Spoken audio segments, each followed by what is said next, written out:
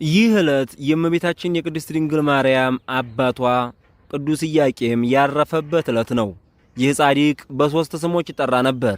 ኢያቄም፣ ዮናኪር፣ ሳዶቅ በመባል ማለት ነው።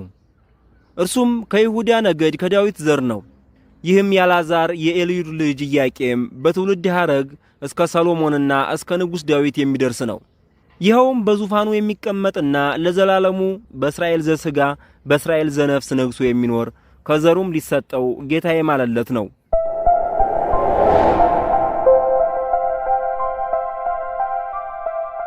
ወደ ሙሉ ታሪኩ ስንመለስ ጴጥርቃና ቴክታ የሚባሉ ደጋግ ሰዎች በኢየሩሳሌም በአንድነት ተጋብተው ይኖሩ ነበር። እነዚህም በእግዚአብሔር የሚያምኑ የተወደዱ ጻድቃን ሰዎች ነበሩ። እነዚህም ሰዎች በእግዚአብሔርም በሰውም ዘንድ የተመሰከረላቸው ባለጸጎች ነበሩ። ነገር ግን መካን ስለነበሩ የሚወርሳቸው ልጅ አልነበራቸውም። አንድ ቀን ጴጥሪቃ ቴክታን እንዲህ አላት፣ እህቴ ሆይ ይህ ሁሉ የሰበሰብነውን ገንዘባችንን ምን እናደርገዋለን? የሚወርሰን ልጅ የለን። አንቺም መካን ነሽ፣ እኔም ደግሞ ካንቺ በቀር ሌላ ሴት አላውቅም። እርሷም ወንድሜ ሆይ አምላክ እስራኤል ለኔ ልጅ ቢነሳኝ አንተም እንደኔ ሆነህ ትቀራለህን? ከሌላ ሴት ደርሰህ ውለድ እንጂ ብላ ብታሰናብተው፣ እንዲህ ያለ ነገር እንኳንስ ላደርገው በልቦናዬ እንዳላስበው አምላክ እስራኤል ያውቃል አላት። እርሷም አምላክ እስራኤል የሚያደርገውን የሚያውቅ የለም። ትላንትና ማታ በሕልሜ ነጭ ጥጃ ከማኅፀኔ ስትወጣ፣ ያችም ነጭ ጥጃ ሌላ ነጭ ጥጃ ስትወልድ፣ እንዲሁ እስከ 7 ትውልድ ሲዋለድ ሰባተኛይቱ ጨረቃን ስትወልድ፣ ጨረቃም ፀሐይን ስትወልድ ያየሁ አለችው። እርሱም በጧት ከሕልም ፈቺ ዘንድ ሂዶ የነገረችውን ሁሉ ለሕልም ፈቺው ነገረው። ያም ሕልም ፈቺ እግዚአብሔር በምሕረቱ አይቷችኋል፣ በሳህሉ መግቧችኋል። 7 አንስት ጥጆች መውለዳችሁ 7 ሴት ልጆችንና የልጅ ልጆችን ትወልዳላችሁ። ከቤታችሁ ሰባተኛይቱ ጨረቃ መውለዷ ከሰው የበለጠች ከመላእክትም የከበረች ደግ ፍጥረትን ትወልዳላችሁ። የፀሐይ ነገር ግን አልታወቀኝም አለው። እርሱም የነገረውን ሁሉ ሂዶ ለሚስቱ ነገራት። እሷም እንጃ አምላክ እስራኤል የሚያደርገውን ማን ያውቃል ብላ ዝም አለች። ከዚያም ጸንሳ ሴት ልጅን ወለደች። ስሟንም ሄሜን ብላ አወጣችላት። ሄሜንም አድጋ ለአካለ መጠን ስትደርስ ባላጋብተዋት ሴት ልጅ ወለደች። በስምንተኛ ቀኗም ዴርዲ ብለው ስም አወጡላት። ዴርዲም አድጋ እንዲሁ ሴት ልጅ ወለደችና ቶና አለቻት። ቶናም እንዲሁ ሴት ልጅ ወልዳ ሲካር አለቻት። ሲካርም እንዲሁ ሴት ልጅ ወልዳ ሴትና አለቻት። ሴትናም እንዲሁ ሴት ልጅ ወልዳ ሄርሜላ ብላ ሰየመቻት። ሄርሜላም እንዲሁ ንጽሕት ቅድስት ክብርት የምትሆን እመቤታችንን የወለደቻትን ቅድስት ሐናን ወለደች። ይህችም ቅድስት ሐና በሥርዓት አድጋ ለአእምሮ ስትበቃ ለአካለ መጠንም ስትደርስ ከቤተ መንግሥት ወገን ከነ ቅዱስ ዳዊት ወገን ከሆነው ከቅዱስ ኢያቄም ጋር አጋቧት።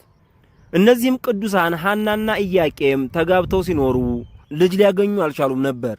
እነርሱም እጅግ ደጋግ ሰዎች ነበሩ። አንድ ልጅ እንኳ ስላልነበራቸው እጅግ ያዝኑ ነበር። ወደ ቤተ መቅደስ እየሄዱ እግዚአብሔር ልጅ ይሰጣቸው ዘንድ አጥብቀው ይለምኑት ነበር። መባዓ ይዘው ለሊቀ ካህኑ ሲሰጡት ሊቀ ካህኑም እንኳን ሳይቀር እግዚአብሔር ብዙ ተባዙ ያለውን ሕግ በእናንተ ላይ እንዳይፈጸም አድርጎ ልጅ የከለከላችሁ ኀጢአተኛ ብትሆኑ ነውና መባችሁን አልቀበልም ብሎ በእጅጉ አሳዘናቸው።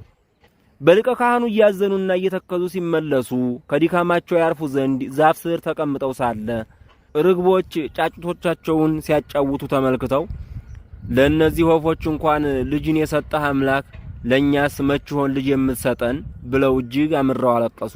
ቅዱስ ኢያቄምና ቅድስት ሐና ሲጸልዩ ውለው ከዘካርያስ ከሊቀ ካህናቱ ሄደው አቤቱ ጌታችን ሆይ ወንድ ልጅ ብንወልድ ተምሮ ቤተ ክርስቲያንን ያገለግላል፣ ሴት ልጅ ደግሞ ብንወልድ ውሃ ቀድታ መሶበ ወርቅ ሰፍታ መጋረጃ ፈትላ ካህናትን አገልግላ እንድትኖር እንሰጣለን ብለው ስዕለት ገቡ። ዘካርያስም እግዚአብሔር ጸሎታችሁን ይስማችሁ፣ ስዕለታችሁን ይቀበልላችሁ፣ የልቦናችሁን ሐሳብ ይፈጽምላችሁ ብሎ አሳረገላቸው። ከዚህ በኋላ ቅድስት ሐናና ቅዱስ ኢያቄም ዕለቱን ራእይ አይተው ነገር አግኝተው አደሩ።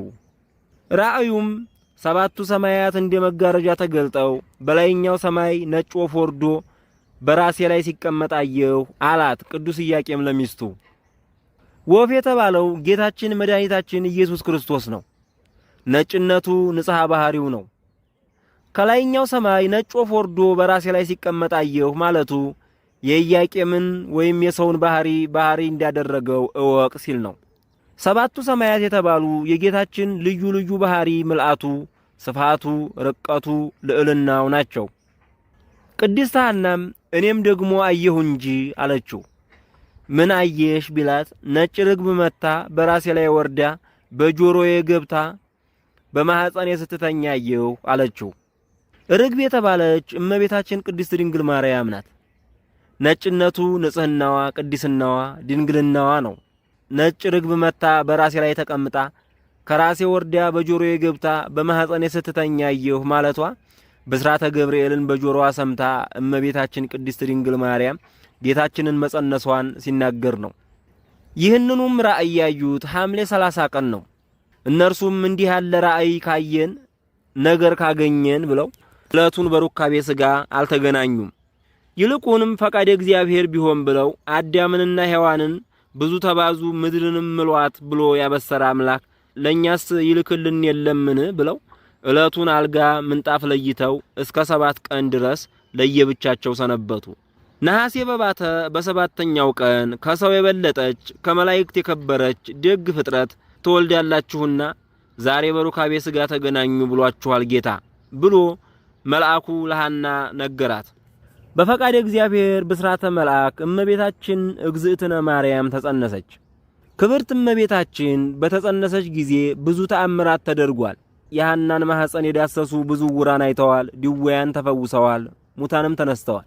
ይህንን የተመለከቱ አይሁድ ቅዱስ ኢያቄምንና ቅድስት ሐናን በድንጋይ ወግረው በእሳት አቃጥለው ሊገድሏቸው በጠላትነት ሲነሱ የእግዚአብሔር መልአክ ቅዱስ ገብርኤል ሊባኖስ ወደሚባል ተራራ ይዟቸው ወጣ። በዚያ ሳሉ በግንቦት 1 ቀን ከፀሐይ 7 እጅ የምታበራ እመቤታችን ቅድስት ድንግል ማርያም ተወለደች።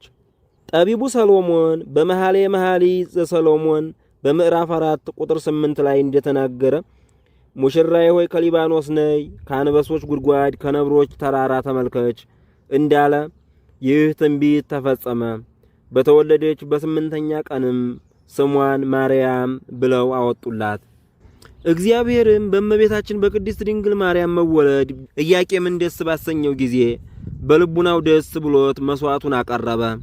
ከቅዱስ ኢያቄምና ከወገኖቹም ልጆች ኀፍረትን እግዚአብሔር አስወገደ።